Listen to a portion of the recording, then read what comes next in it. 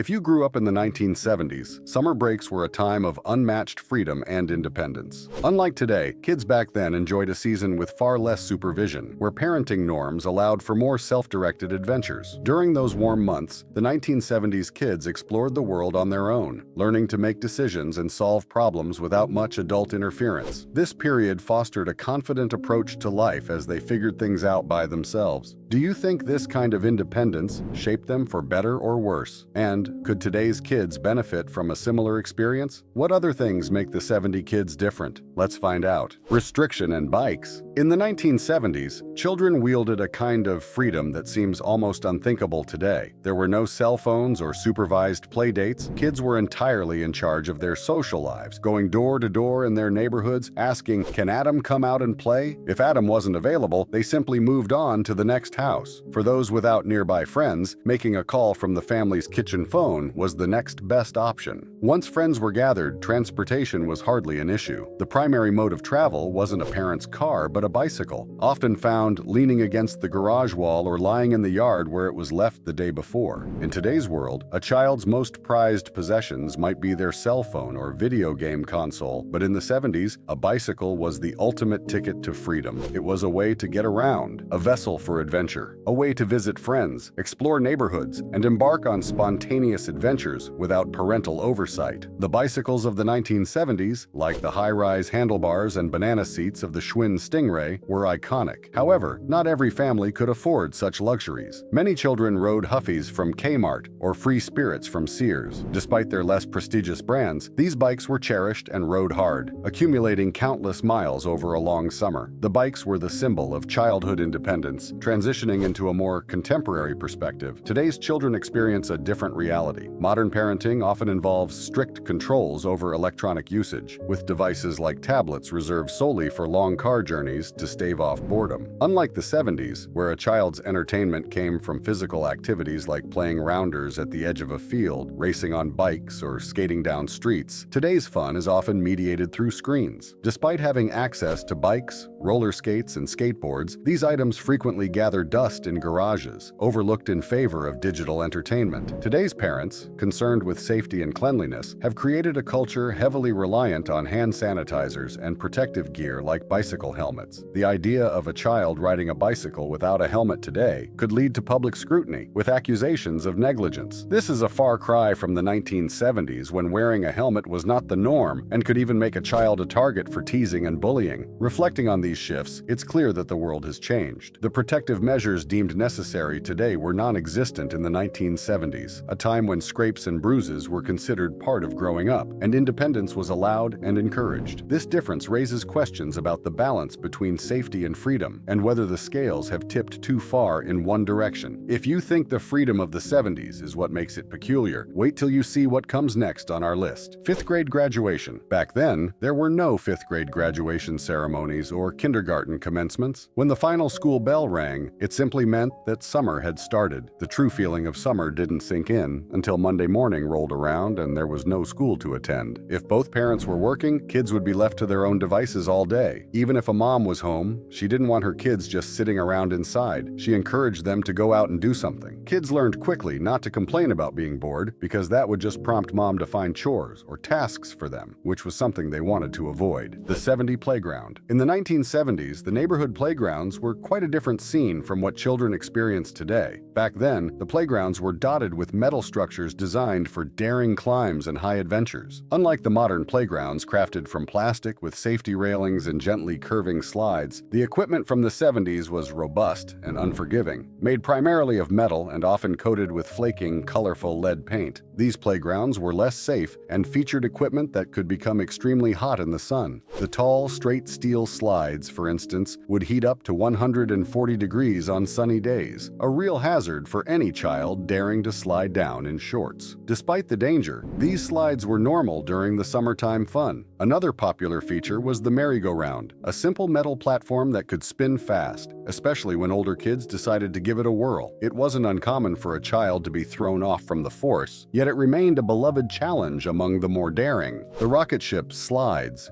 painted in patriotic red, white, and blue, stood as monuments to imagination and adventure. These structures, shaped like spaceships, inspired play but also a sense of national pride. Regrettably, these iconic pieces of playground equipment have largely vanished from today's landscapes. On sweltering days when the cicadas buzzed loudly and sweat dripped relentlessly, there was no better relief than a trip to the swimming pool. Unlike today's elaborate water parks with their multi-level slides and kiddie splash pads, water slides in the 70s were rare and rudimentary, often just concrete trenches on hillsides painted with slick lead paint. For most kids, the local community pool was the summer sanctuary. It was a social hub where you could meet friends from school or maybe impress a group of girls with splashy dives or acrobatic cannonballs off the diving board. Speaking of diving boards, public pools back then often featured a high dive, a thrilling and somewhat intimidating fixture. Climbing the high dive ladder was a commitment. Once you started up, there was no turning back due to the line of eager kids behind you. Reaching the top meant you had only one way down. The idea of backing out was unthinkable, especially with peers watching, some of whom might have been those very same girls you wanted to impress. These days, it's rare to see a high dive at a public pool, just as it's rare to see playgrounds equipped with the simple, rugged features of the past. The playgrounds and pools of the 1970s offered a blend of freedom and danger that shaped a generation known for resilience and independence. The difference between then and now highlights a shift towards safety and supervision, reflecting broader changes in societal attitudes towards child-rearing and risk. This evolution in play spaces speaks volumes about the differences in childhood experiences across generations. While today's children enjoy greater safety, one wonders what experiences they might miss, experiences that taught their parents and grandparents about courage, physical limits, and the pure joy of free, unrestricted play. But there's much more to explore about the 1970s playgrounds, which will be highlighted in the next item on our list, showcasing the creativity and artistic talents of kids from that era. Beyond the playground and build real-life things. When the usual haunts of playgrounds and pools grew tiresome, the children of the 1970s found no shortage of other adventures awaiting them. For those growing up in rural areas, the landscape offered endless possibilities. Fishing holes, dense forests, and abandoned barns were common playgrounds. Many kids had access to a mini bike or a three-wheeler, perfect for racing along dusty trails or next to the railroad tracks. Suburban children, too, found their escapades close to home. Almost every neighborhood had a small lake or a pond where a makeshift rope swing dangled from a tree, ready to launch daring swimmers into the water. Caution was advised to keep shoes on to protect against broken glass hidden below the surface, but such risks hardly deterred the fun. After a splash, a bike ride back home under the warm sun was all it took to dry off before dinner. Building and creating with one's own hands was a hallmark of 1970s childhood, entirely different from today's digital play like Minecraft. Armed with just a handsaw,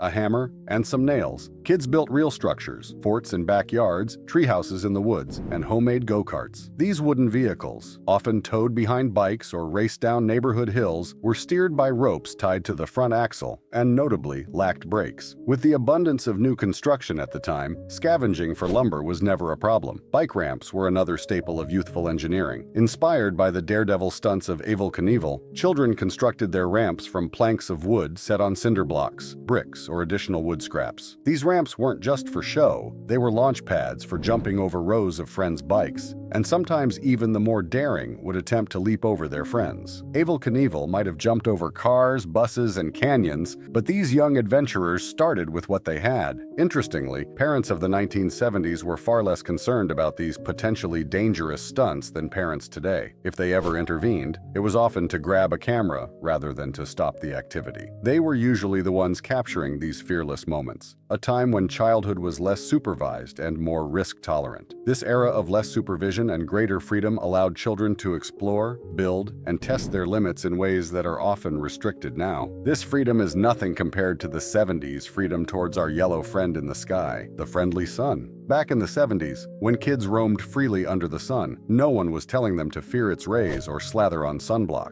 The sun was a friend, not an enemy, and the hours spent playing outdoors were not shadowed by fears of skin damage. Interestingly, as more research highlighted the benefits of vitamin D from sunlight, schools began to paint a different picture, one where the sun was a danger, not a benefit. In school curriculums, the risks associated with sunlight were exaggerated, ignoring the fact that sunlight exposure is not as hazardous as it's portrayed. Traveling from the poles to the equator, ultraviolet (UV) exposure can increase by up to 5,000%, while ozone depletion, a minor factor, only raises UV exposure by 20%. If UV exposure and ozone depletion were truly significant causes of skin cancer, then populations living near the equator would face skin cancer at incredibly high rates. Contrarily, these regions report fewer instances of such diseases. Today, the fear of the sun is slowly diminishing as millions of children learn that sunlight is not the enemy. Evidence suggests that the indiscriminate use of sunscreen might be linked to various health issues, including mental health disorders and critical illnesses. Schools need to update their health teachings, emphasizing that blocking the sun completely can lead to deficiencies in vitamin D. This deficiency is linked to a host of serious health problems, including higher mortality rates and, ironically, even cancer. As for the next item on our list, you'll have to be a little adventurous during the 70s to have had the experience. Night games and lightning bugs. Dinner time always marked a pause in the day's play, and if luck was on their side, their dad might be in the mood to light up the charcoal grill. As he relaxed with a can of Miller Lite, sometimes he'd even let them sip some. As the sun began to set, they would round up the neighborhood kids for one last adventure before bed. Games like Kick the Can, Flashlight Tag, and Ghost in the Graveyard would send them through the darkened backyards,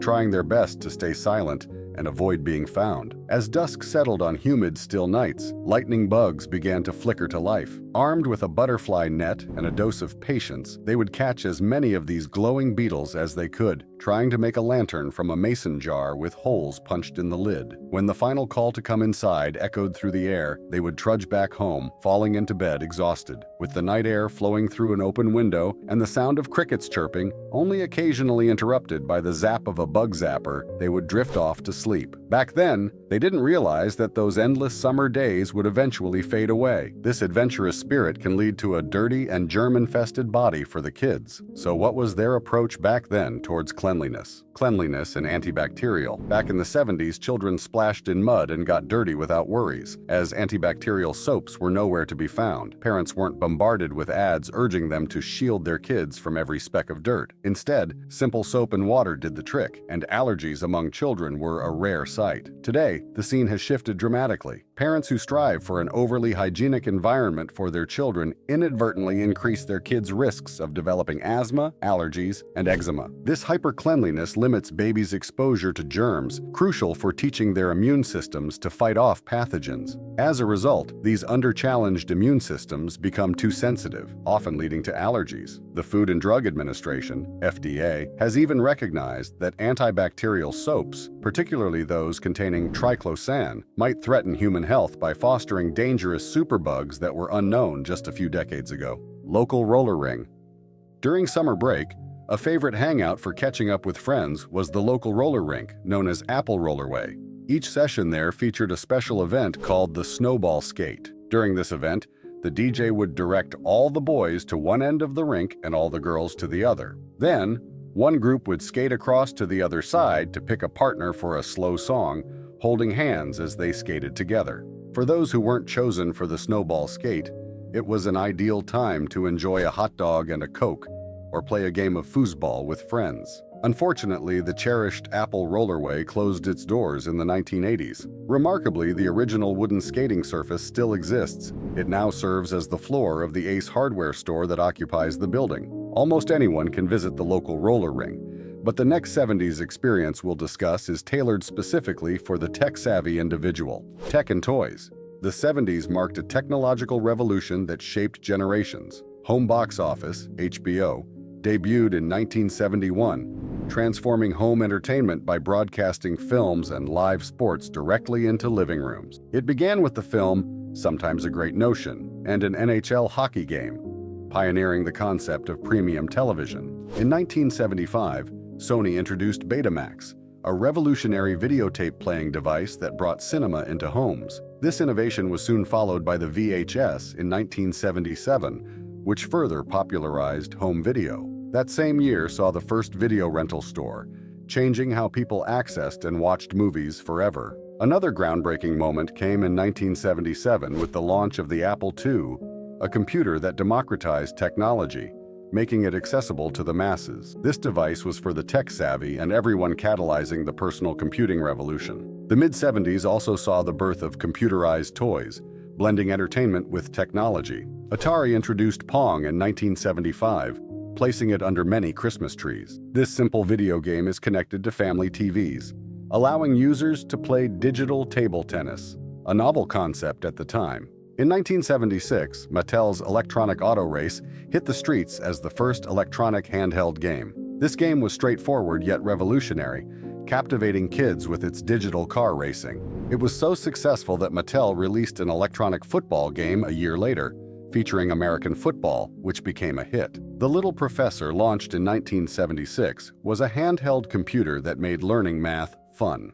It featured a calculator-like keyboard and a charming cartoon professor, challenging kids with math problems and providing instant feedback. In 1978, Speak and Spell was released, an electronic device that used a robotic voice to help children learn to spell and pronounce words, famously used by E.T. in the 1982 movie To Phone Home. Aside from these high-tech toys, the 70s offered other playful inventions. The Hoppity Hop was an inflatable ball that provided hours of bouncing fun, while the Big Wheel, first sold in 1969, became a staple ride for youngsters, outpacing traditional tricycles with its cool, low-riding design. Nerf balls introduced the joy of indoor play without the risk of breaking household items, branding itself as the world's first official indoor ball. Weebles, colorful egg-shaped figures, entertained with their ability to wobble without falling, becoming a beloved toy across America. Skateboarding experienced a renaissance in 1975 with the Black Knight sidewalk skateboard,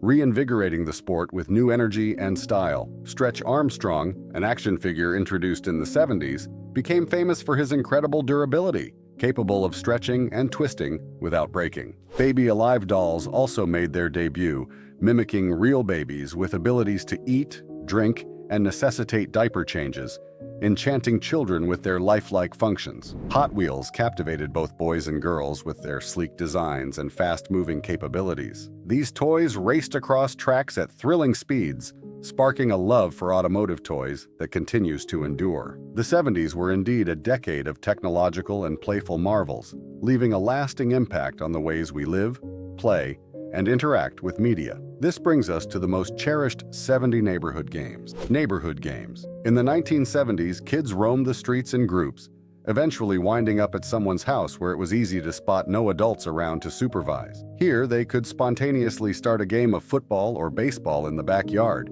using whatever was on hand like frisbees or ice cream bucket lids for yard lines or bases. Sometimes, if they felt daring, they'd play a round of lawn darts. On scorching days, they kept cool by running through sprinklers, sliding on a slip and slide, or taking a dip in a pool, if they were lucky enough to have one nearby. More often than not, neighborhood pools were glamorous yet always open for a communal splash. When thirst kicked in, the only thing to do was head to the hose. Though it might sound like a scene straight out of a commercial with the Kool-Aid Man bursting through to offer refreshment, that rarely happened. The Kool-Aid Man was often too busy, so they usually ended up drinking straight from the garden hose. The next item on our list also focuses on what we put in our mouths, but it goes into the typical 70s diet, a different diet. In the late 70s and early 80s, agriculture underwent significant changes that would have long-lasting impacts on both the environment and human health. The year 1974 marked the introduction of glyphosate,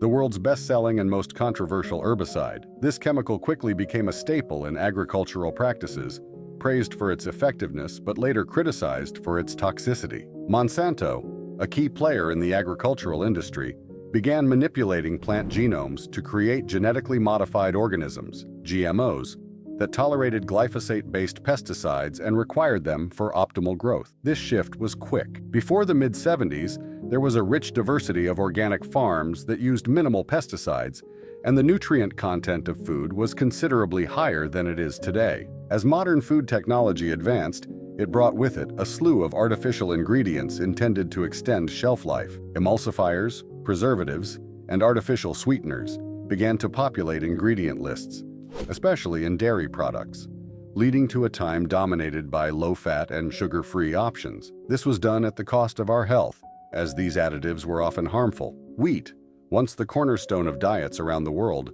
underwent a transformation that made it one of the least healthy grains for human consumption. Initially, wheat was nutritious, but as agribusiness sought to increase yields, the crop was hybridized extensively. This transformation changed wheat's genetic makeup so drastically that its nutrient content dropped by more than 30% from its ancestral strains. The modifications disrupted the natural balance and ratio of nutrients, making modern wheat difficult for human digestion and metabolism to handle. The issues with wheat led to increased scrutiny of gluten, a protein in wheat that was increasingly seen as harmful. Similarly, dairy products underwent changes that made them problematic. The introduction of antibiotics, growth hormones, and pasteurization into dairy production made milk more harmful, and as factory farms took over, the milk produced became nutritionally deficient. This shift in dairy production, coupled with growing health concerns, contributed to the rise of veganism and an increased demand for dairy-free products,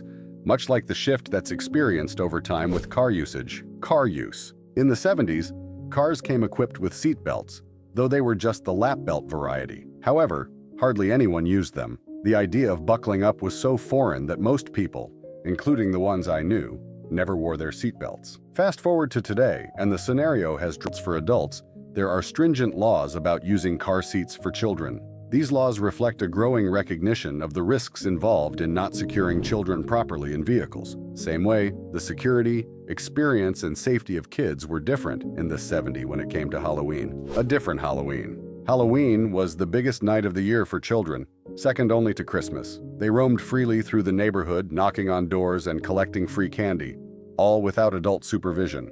It might sound like a recipe for disaster, and indeed it doesn't seem safe by today's standards, but back then, the thrill of who had the coolest costume and the pursuit of candy outweighed any safety concerns. Today, the scene is much different. Children can't wander alone at night.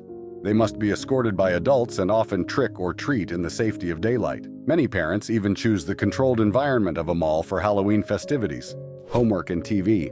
When a person tells their children about the limited television options during their childhood, the kids are surprised. Back then, there were no television programs in the afternoons at all, and only 3 channels existed. Children's shows were aired for just a few hours in the morning, and then again in the evening. Instead of spending hours indoors glued to screens, kids of that era played outside with friends, staying out even in winter until it was too dark, with only the street lamps lighting their games. After-school activities were not the norm, and homework was a rarity. Unlike today, where parents invest extra hours into their children's education, perhaps due to higher standards, or because teachers can't cover everything during school hours, life is different. There was always a strong opinion against homework at the junior level, believing there was plenty of time for that in senior school. They argue that exploring the real world is just as crucial for development. This perspective sheds light on a time when childhood offered more freedom and less structured learning. The 70s candies. In the 70s,